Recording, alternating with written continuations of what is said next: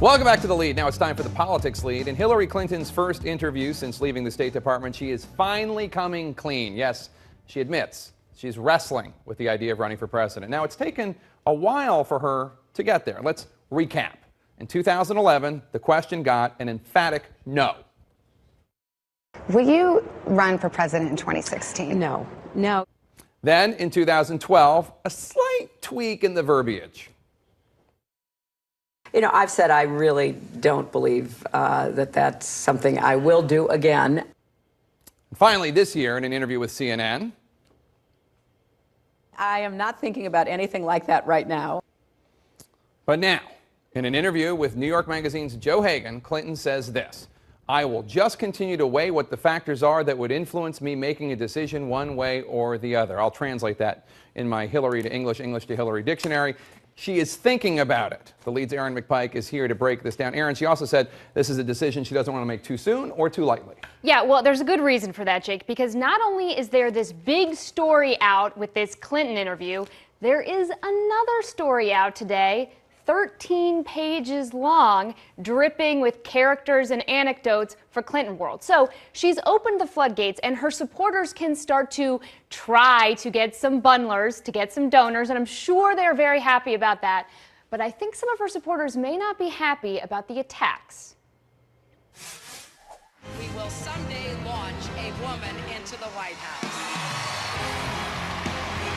The Ready for Hillary Super PAC will release this video on Wednesday, a sort of celebration for the group as Hillary Clinton confirmed what they've been hoping for.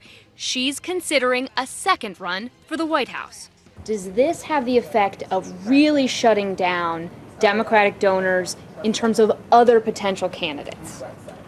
The honest answer is I don't know. It might. There's enormous support for any potential Hillary candidacy, enormous. Of course, now she'll have to gird herself for another onslaught of attacks. In a brand new interview with New York Magazine to discuss her intentions, she and her associates are already pressing the case that she's more prepared than ever to be commander-in-chief. "I've had a unique, close, and personal front row seat, and I think these last 4 years have certainly deepened and broadened my understanding of the challenges and the opportunities that we face in the world today," she says. Because as Secretary of State, she gained experience she didn't get as a First Lady or a Senator, like pushing to overthrow Libyan dictator Muammar Gaddafi, strengthening sanctions on Iran, and cutting a deal between Israel and Hamas.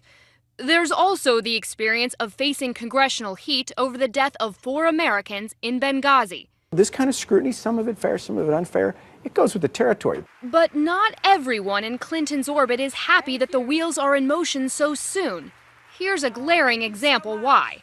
Another magazine cover making news, this one detailing how a single longtime aide to Bill Clinton, Doug Band, creates headaches for the family because the firm he founded, Teneo Holdings, is rife with conflicts of interest. The former president was a paid advisor to Teneo and has since stepped down. Clinton's Republican critics say it's politics as usual for the once and maybe future first family. The New Republic article points to 2 trends that have followed the Clintons as long as they've been in politics.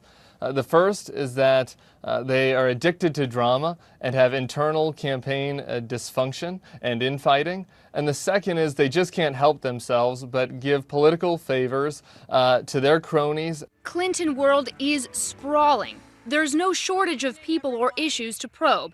And now that Hillary Clinton may return to the political arena, Republican super PACs like America Rising aren't waiting for her to announce before they attack. What that has done is given people like us in the Republican Party and on the right an opening to discuss her record and to discuss her deficiencies on issues in the news. There's no denying that. But Clinton aides do have a retort to the complaints of drama and dysfunction. Hillary Clinton doesn't repeat her mistakes. Now, Jake, there's one other big takeaway, I think, from these 2 articles, and that is Clinton orbit has gotten so huge. There was a really interesting anecdote in the Joe Hagan story this weekend that I'm sure the New York Magazine story, and that is that Bill and Hillary Clinton were both in Bogota separately last year. They had dinner together, and then they went back to separate hotels with their huge entourages. Two huge international celebrities. Aaron McPike, thank you.